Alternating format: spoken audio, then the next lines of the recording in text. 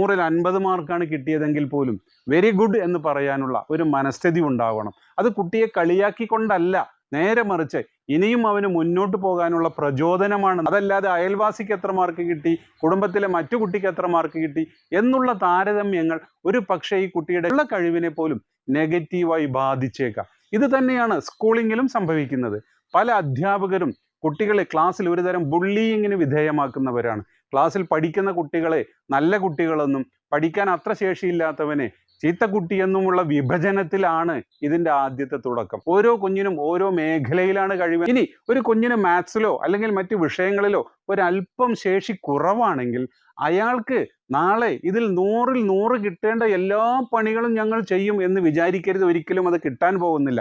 എന്നാൽ അയാൾക്ക് കിട്ടുന്ന 50-ൽ നിന്ന് അത് 75-ഓ 80-ഓ ആയി ഉയർത്താനുള്ള സപ്പോർട്ട് അയാൾക്ക് ലഭിക്കണമെങ്കിൽ അയാൾക്ക് ഒരുപാട് അഭിനന്ദനങ്ങൾ ആവശ്യമാണ്.